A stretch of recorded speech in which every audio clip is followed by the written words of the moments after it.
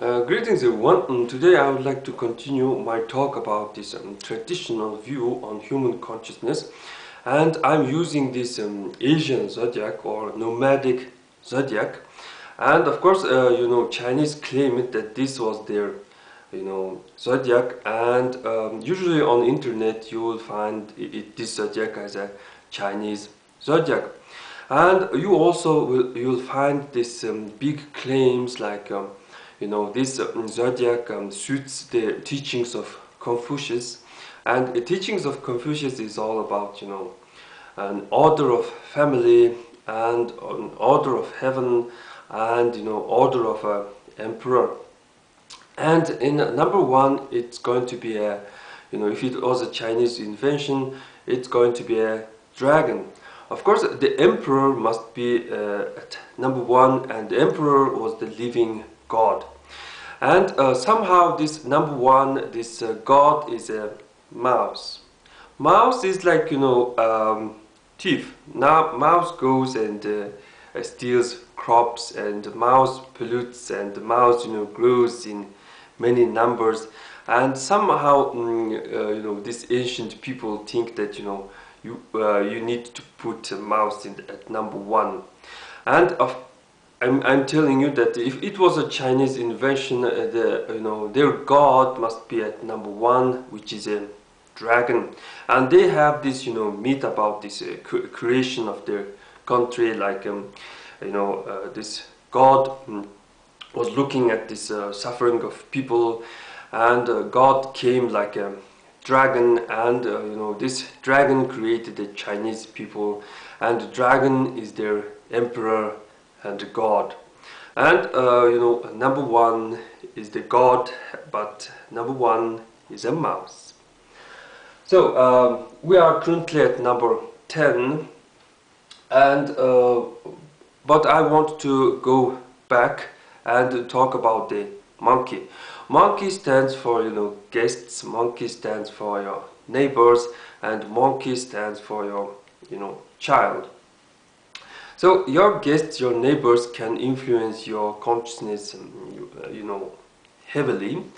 And when Genghis Khan wanted to have some trade and diplomatic relationship with these countries, these countries often refused, saying that sorry, you are barbarians. Second, you don't even have a village or this capital city. Third, you don't have any official script. So Genghis Khan had to create an official script. Why to create? We could use just a Chinese character, this thousand and thousand years of character. But this character is a creation of a Chinese mind. I mean, this mentality. Without this, daily life of Chinese, you cannot, understand these characters, and these characters cause a lot of problems. For example, there is over 90,000 of them, or 5,000, maybe 10,000 of these characters, and it is going to be, lifetime study. Whole life is spent for studying these characters is not good. So barbarians need a simple character, and we have totally different culture compared to China. So script that is based on a sound was created, and this script is called Mongol Bichik. Bichik means script. If you say bitch is going to be a monkey, and same times it's going to be to write. Bichik is to write down. So this script is called Ukher, sometimes Ukher Mongol. Why? It is because this looks like Arabic. And if Mongols see Arabic, this Arabic, Mongols may look like this, because the script looks like this, and it's written from top to bottom. And this, this computer grid-like things are created in later periods, and this was the seal of the empire. This was the script of Yuan Mongol Empire, and I have this word is written as Boro Chi No A. People say Bor Chun, but in old script you write as you add O, Boro, and you add A, and this creates some problems, and this old script sounds very strange. We say Chun, but it's Chi Noa, something like that. So here we have Be O Ir, Che O In O, Be O Ir, Che O In O, something like that. This currently these scripts are used in business, and if you are a businessman and if you are going to create a fancy seal or a fancy name card, you usually use this grid-like script. And this script is sometimes called a seal script.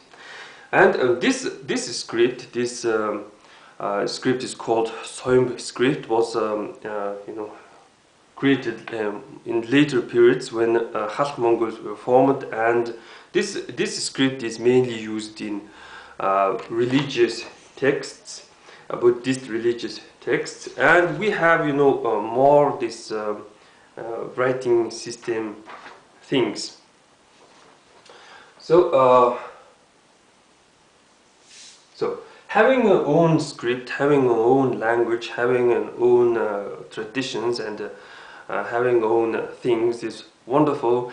And also I'm trying to claim that this 12-year beast is something nomadic, and this comes from some ancient shamanistic traditions. So currently we are at number 10, and number 10 stands for number 10 is a perfect number, and number 10 stands for someone who is a complete educated person. And I stopped with the word, education is not everything, and education comes from these monkeys. I mean, you can go outside and get education. You can become a doctor. You can become some PhD or something like that. But you must, in order to be a real human, you need to study your own traditions.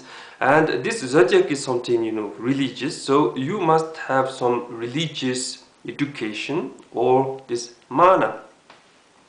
So according to religious education, you must respect someone who has seen many suns. I mean, not give birth to many suns, but someone who saw many sunrises. I mean, I'm 27 years old. It means I must respect those who are older than me. And this, respecting elders sound, doesn't sound so, logical, but it's, how to say, it is something good.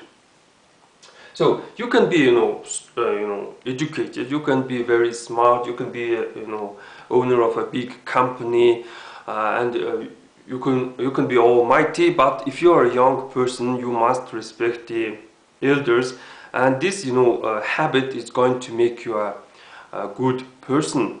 Like this, there is a lot of this, small traditions and things that all humanity share. So let's talk about this chicken thing. And you know, what is a chicken? I know that in Western cultures, you say chicken as, you know, coward, and chicken says but. You know, but. But is like, you know, this creature is not sure about these things. And you know, of course, cock says, you know, always says but, something like that. So from your language, you simply, you know, create these ideas about this chicken being a coward, you know. But in reality, chicken is not a coward. A chicken is not this, you know, cock that wants but. It is because of your language. You say that, you know, chicken is cock, and chicken is, you know, symbol of lust. But you can say that, you know, big bull is a symbol of lust. It is because you know, your language is influencing your consciousness. So in the case of chicken, it is a male domination and awareness and a big noisy family. These chickens doesn't look after their, you know, small chicks, and these chickens always, you know, create many these blonde chicks, and these chicks running and chasing after these insects and seeds, and this family is very noisy. And chicken is always, you know, in the Western culture, chicken is placed in this weather vane thing, and it seems, you know, chicken is, you know, warning. Chicken is awareness, and you could put a dog, because dog warns things about this danger, but somehow you put a chicken. So because of this, you know, lust and chicken creating many children, and this chicken family is searching for food, and this is noisy and messy. It is because of this, Buddhism decided that chicken was a symbol of stupidity. And you know, chicken stands for stupidity, this snake stands for this poisonous thinking, and pig stands for this ignorance. And chicken sometimes stands for this sacrifice. And because of these Buddhist teachings, Mongols have this habit to say "atgo tahya," meaning unlucky chicken. You know, chicken gives birth to many these offsprings, but these all offsprings go to, you know, soup, or all these eggs go to, you know, to make a good breakfast. So people think that, you know, this chicken is very unlucky, but in reality, all livestock is unlucky. All livestock is going to be food. And of course, chicken is number 10, and chicken is something that is related with the 10 dark sins. So I must stop here because we don't have a time. I mean, I don't have a time. I must make a video in within 15 minutes. So that's pretty much for today, and thanks for watching.